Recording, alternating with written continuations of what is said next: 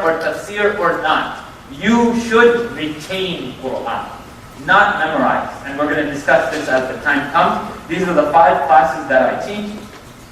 Recite to read, recite, rhythm, reflection, and retention.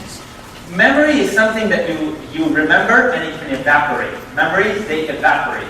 But when you repeat something over and over and you have a love for this thing, and you are connected to this, you constantly want to hear it, your frontal lobe, the front of your brain, you all know these fun facts. I think before we move on, just as something you can appreciate of the creation of Allah. You know when you learn something brand new, when you learn something you've never learned before, the physical surface of your brain, it goes, it kind of squeezes together, it makes one of those folds. Every time you learn something new, it makes a fold. And this, well, before even that, well, by the way, now that you did, anyone who didn't know about the fold, guess what your brain just did? and as insane as it is, I actually witnessed it during studies. I was with some physicians and they showed it to me. There was a brain surgery going on, and this actually happens. But before this entire process, your frontal lobe hears information. Then chemicals go off in the front of your brain, and there's like a little bit of an explosion, and that's just chemicals. Whoa, that's the amazed thing? Yeah, that's what it is. So mostly when you meet people, whoa, that's something new. In California, it's always. Everything is amazing, and it's the sun in their face all the time. But everything's so amazing. But this chemical process, after a while, what happens to chemicals? They evaporate. They go away. But if you continuously reinforce this process again and again, you keep telling yourself, and brothers who have, and sisters who are trying to get out of that habit of backbiting or seeing something inappropriate or just controlling your urges, if you keep reinforcing it, the chemicals keep exploding and explode and explode, and those chemicals become a protein. Those proteins they sit on your brain, and the longer you reinforce it, then our goal, our objective, is to get those chemicals to settle in the back of your brain. These are your long-term memories. And these are where, you're walking down the road and you haven't heard music in a long time, but it's wind beneath your wings, and you're like, oh yeah, when I was little I heard that. Right? So it's that long-term memory. 15 years ago you heard something and it came up into your head. These are long-term memories. This is the objective that we want to do with the Quran. And we've actually developed an entire system. And Maulana Abdul Nasser was very blessed in his introduction and very nice. But I will tell you this much. When it comes to memorizing Quran, I would encourage you to use the system that's been developed over the last 8 years. We're in Morocco with teachers from Morocco, Pakistan, India, Egypt, Saudi Arabia, London, all over the world. Just kept sitting with students who memorized the Quran. And I said, how do you do it? I talked to their teachers, then I taught in the Madaris system. So I encourage you, if we follow these steps, Allah subhanahu wa ta'ala will, He already promised us 4 times, He will make Quran easy for us to memorize. So let's take the first goal, which is to memorize the book of Allah subhanahu wa ta'ala in its entirety. And unfortunately, the minimum wage of the Muslim Ummah has gone down a lot. Now you meet someone, oh look, she memorized Quran. You're like, oh my God, that's amazing. When you travel and you read our history, and you see villages, I'll give you a small example. We were traveling through where Egypt touches Sudan, and we walked into a masjid, and it was very interesting. Kamal Makki has may Allah bless him, has a similar story. They don't have Qur'ans in the masajid, in some of the old masajid. You know why they don't have written Qur'an in the masajid? Why? Everybody. It's like, yo, I'm Hafidh. It's like, yeah, so is my mom, dude. I don't know what's the big deal. My mom is, the guy sweeping the street is. That ummah that used to carry Qur'an, that used to connect to Qur'an. We didn't have BS, we didn't have MS, and we didn't have PhDs. But what we did have was we ruled the world for 800 years. And every blind man had a servant. And a woman could wear all her jewelry and travel from Syria, from Iraq to Syria. Why?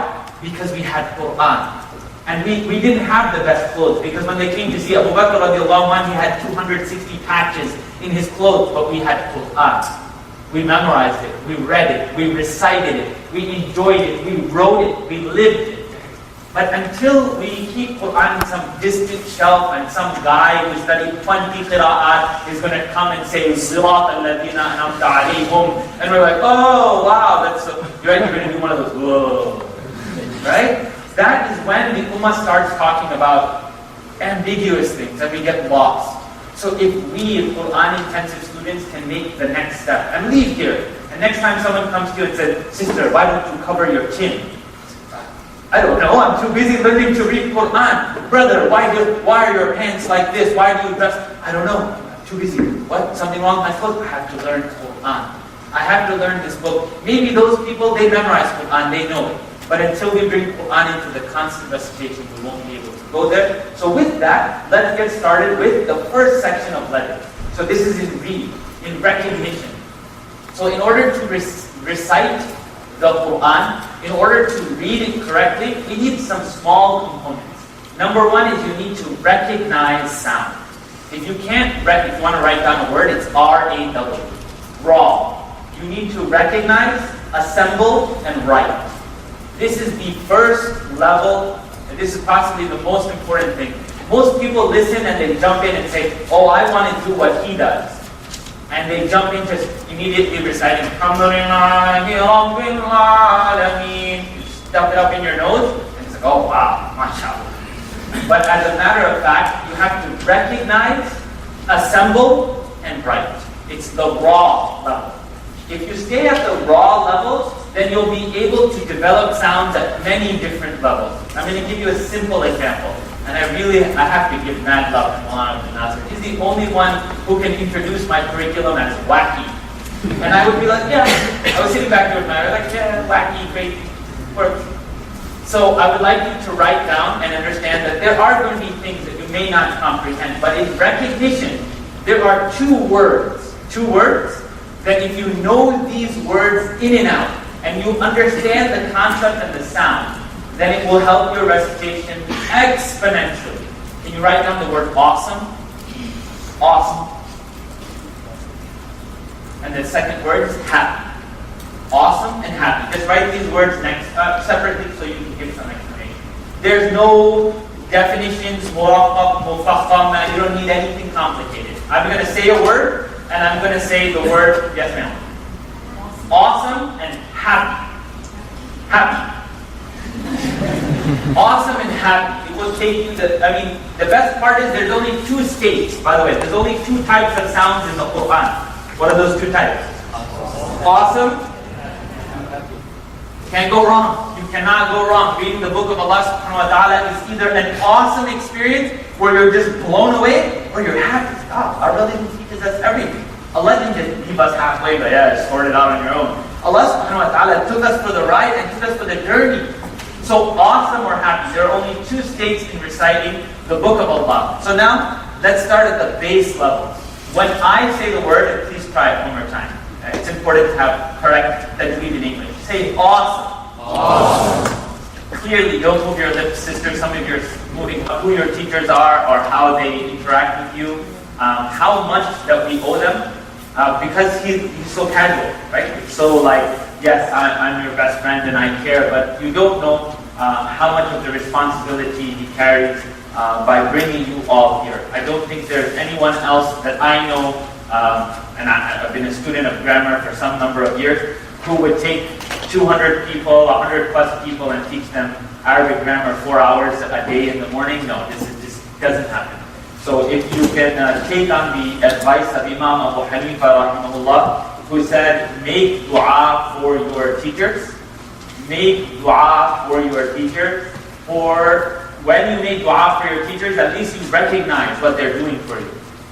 Teachers are an extension of that which Allah subhanahu wa ta'ala told us in the Quran. The teachers are an extension of our parents. And to our parents, what has Allah subhanahu wa ta'ala said? He has told us in Surah Bani Israel and two other places in the Quran, that Allah subhanahu wa ta'ala has commanded that we worship Him, that we give our reverence to Him, and then immediately, وَبِالْوَالِدَيْنِ إِحْسَانًا. To immediately, He said, to be compassionate and merciful to your parents. I would definitely recommend that you make dua for your teachers. And then Imam Abu Hanifa said, if you make dua for your teachers, know that they already make dua for you. that you couldn't be a successful teacher by not making dua for your students. So I say unto you, as the angels in the paradise will say to you, and remember these days, because you will get to the day of judgment and you will read from your book and you will see your good deeds. And these days, the days of study, will be like the highlighted section in your books. And you will ask the angel, why are these days more heavy? Why are these days more important? And the angels will tell you, these are the days you sat in the house of Allah and you remembered Him. Other people come, they pray sunnah, they pray nawafil, they read Quran, but you sat in the house of Allah and you remembered Him and learned about Him. And when the angels ask, what did you do with your time, young people, you will tell the angels that I spent the hot summer days when I could have been relaxing or sleeping on my face, I could have been doing this. I came and I studied your book and I learned the words of Allah subhanahu wa ta'ala. So I say unto you, Assalamu alaikum wa rahmatullah. Wa alaikum salam wa rahmatullah. There's a lot to cover, right? So I want to introduce very clearly. I started a small institute or an online organization called AQL, Advocating Quranic Literacy. And I want everyone to do your best to highlight the responsibilities that we have towards the Quran. Allah subhanahu wa ta'ala says to us 4 times in Surah Zumar. This is 4 times in Surah Zumar. وَلَقَدْ يَسَّرْنَا الْقُرْآنَ. And certainly, and you all grammar students, right? وَلَقَدْ. So lam with the ta'qid, and then qad is more emphasis. Certainly, definitely, Allah has made the Quran easy to remember. فَهَلْ مِن مُدَّكِرٍ. So who will memorize or who will remember this book? We have to realize that Allah subhanahu wa ta'ala didn't say it once, twice, but He said it 4 times in one surah. So your objective or the time that we spend together, and I would like to make the intention to come and spend at least 25 minutes with you till I leave. So that's today, tomorrow, and bi'idhnillahi ta'ala on Wednesday. So let's broaden today's introduction. In this, Allah subhanahu wa ta'ala said the Quran is easy to memorize. فَهَلْ مِن مُدَّكِرٍ. So I want to turn your intentions upside down. I don't want your intention to be, I'm going to learn to read, I'm going to learn good things. No, your main intention after leaving Quran Intensive in its last 4 days is, Allah, whether I die in the state or I complete, I'm going to memorize the Quran. And I want all of you to make that intention. Because if you don't keep that in your heart, look at it 2 ways. Either you say, oh, I'm old and midhat se nahi hoga, I can't do it, it's too difficult, but figure it out this way. When the angels are coming to take your soul, and everyone asks, would you like to die in a movie theater? Would you like to die doing some act which is, not blessed? Why not think? You don't memorize the whole Quran, but when the angels come to take your soul, you just say, oh, 1 second, I got 1 more page left. I got 1 more ayah left. I'm in the process and the ability to continuously memorize the Quran, and we're going to discuss that a little bit more as the time comes. But memorization of the Quran is not a talent. It's a gift from Allah subhanahu wa ta'ala. You're chosen to be amongst the Hafidhun, those who preserve Quran. And this is a science, I will be very direct, that women have left. For whatever reason, I think we've discouraged it in the last 200 years, right? If you ask anyone, oh, why don't you have more places for women to memorize Quran? And most manly men, I mean scratching belly and eating meat, those men will say, why should they memorize Quran? Because today the Hafidh of Quran, his only function is leading Tarawih. Oh wait, hang on. Leading Tarawih. So, Tarawih are very important, extraordinarily important for all of us to do. But remember that the institutes of knowledge where the Quran Intensive of Imam Ahmad ibn Hanbal's time was the lap of his mom. The Institute of Knowledge of Imam Abu Hanifa was where? With mom. So if you remember Imam Shafi'i's mom, very beautiful woman, very beautiful woman. His dad passed away, and she could have remarried, but she said, no, my intention is this child. She learned Quran, she bathed him in the knowledge from all aspects. As much as she could teach, she taught, and then she sent him to learn. So this intention right now, and I literally am not making a spiel, I'm trying to make eye contact with everyone. Tell Allah, let the angels write it today in the ink of your soul. I intend to memorize the Quran. Qul Amin. Inshallah. And now that I've given you this enormous task of memorizing 632 pages, let's take a step together. Let's start together and figure out how Allah subhanahu wa ta'ala can give us the opportunity to do the same. And any brother who feels like, no, it's not possible, I don't have time, I have kids, I can give you stories till you're blue in the face. But people who have memorized the Quran after the age of 40 include the Prophet Muhammad sallallahu alaihi wasallam. Great example. Include many, many companions and tabi'in, but I will take it a step further. It includes people of today. How many people after 5-6 years in corporate world say, I'm going to go back and do my MBA? 35, 40 years old. I had a good friend in Maryland. He started his MBA and he said, you know what, I put about 4 or 5 hours into studying, going to class. I'm going to memorize a little bit of Quran a day. And yes, it was like a story of coincidentally he started, and when the month that he was finishing his MBA, about 2.5 years, 3 years, what did he do? He finished memorization of Quran. No, he wasn't Arab, no, he didn't read fluently, no, he wasn't blessed to be around Quran all the time, but he knew how to play the numbers game with the Quran. And that's something that I would like you to realize. So if we can take a few steps, advocating Quranic literacy has 5 basic steps. Before you write them down, I want you to understand them. I want you to be able to feel them.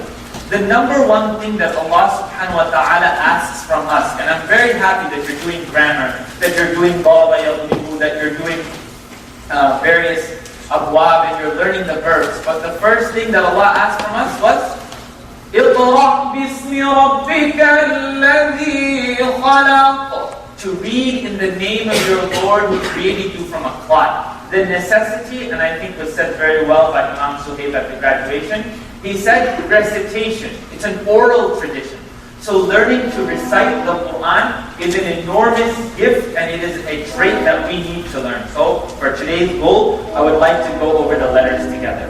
Second or third revelation, depending on how you read Asbab al-Nuzul, as the Prophet ﷺ came down, was wrapped in a cloak by his support pillar, by the his strongest confidant, which is Hafidh radiallahu ta'ala anha. As he was wrapped in this cloak, Allah subhanahu wa ta'ala revealed the first 6 ayahs of Surah Muzammil, and upon this, after reading the Quran, the necessity of tafdeed. أَوْزِدْ عَلَيْهِ وَرَتِّلِ الْقُرْآنَ تَرْتِيلًا. The recitation of Quran and its fluency was mandatory, and this took us from reading Quran as a ritualistic book to understanding that the correct pronunciation of Quran. You gotta think about this. When Maulana Abdul Nasir said that it comes in a chain, when we recite, puckering your lips and say Qur'anan Arabiyyan, when we pronounce the Quran with puckering, with rolling of the ra, with touching of the tongue to the top teeth and the bottom teeth, we articulate the Quran the way the angel did. And when the Prophet Muhammad sallallahu alaihi wasallam, and I'm going to take it a step further, where did the angel bring the Quran from? Can you imagine that? Can you comprehend the concept of uttering the words the way Allah sent it to us? It's very overwhelming. And it makes you start to realize this concept that we have of sorcery and spells, and people have to say things very specifically. But Allah subhanahu wa ta'ala gave us His word. And upon this we realize that this chain goes back through the angel to Allah subhanahu wa ta'ala. So if you want an opportunity to feel divine, you read Quran. But you read Quran the way Allah subhanahu wa ta'ala sent it to us. And He sent it to us through this very specific chain. So we take it a step further. If you know how to read, if you know how to recite, so reading and reciting we're going to separate. Today we're going to work on reading, and I'm going to try to give you the tools. The next step is to recite the Quran, to articulate the points. That's maybe something we can touch today. And then finally you start to realize the third concept is you start to develop a rhythm of Quran. And this is why you could go anywhere in the world and you could close your eyes and sing Alhamdulillahi Rabbil Alameen. And you can see the haram, and you can see Imam Sudais in his Delhi self, right? You can see him anywhere. You can feel that connection to Islam, connection to the deen after having a tafdeed or after having a rhythm. And again, I'm going to encourage young people, develop your style. Certain people like the slow recitation. Some people like the tafdeed in salah. And And sisters, why does every sister sound like a guy version just reciting like a girl? Learn about female reciters. Learn what they do. And I can point you to some directions, but in the meantime, there's a sister, Asma, who lives in Toronto. I think she moved to Saudi Arabia now. Her whole Quran is online. It's alhudapk.com. Ha, la, it makes an ah sound. And in the case of the kasra, or the line on the bottom, it makes an e sound. Now, if you said Rabbil Alami, you would be saying like an I sound. You'd be cutting the sound in half. So when you complete the E sound, everyone say cat, feel, and now say it as you would say it in English. Say cool, perfect. You pucker your lips, and if you have some swag, then you say cool. Right? You pucker your lips. Unfortunately, we don't do that. We end up with ta'buduna, ta'bo, alhamdulillah, and you hear it all the time. Everyone say it with me. Pucker your lips and say alhamdu. Perfect. Now, a lot of people get overwhelmed and they say, oh, that's so difficult. Not at all. When you put, as narrated by the Prophet Muhammad sallallahu alayhi wa sallam, Bukhari, Mishkat, in several books, the Prophet sallallahu alayhi wa sallam said, when you read one letter of the Quran, Allah subhanahu wa ta'ala gives you 10 blessings. Make it count. How are you going to show up to work? Oh yeah, you have to work. Allah subhanahu wa ta'ala is giving us an opportunity. So when you see the pucker, Mullah Abdul Nasir is not here, so I will use this example. He doesn't really like it. What's the name of our Prophet? Muhammad Rasulullah. Pucker. If you say Muhammad, right? It's the Memni Gujarati way to say, right? It's okay. Right? Muhammad is not correct. Everyone pucker your lips, say Mu. Ha. Muhammad. Perfect. So now when we recite, and I think we should break, but I want to show you something. Now when you look at the Quran, I guess 30 minutes. I wanted to stop at 1. Is this, Abdullah, is this connected? How do you?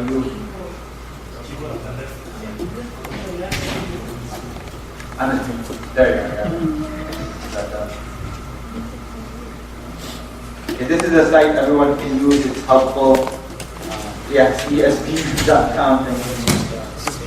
emuslim.com. emuslim.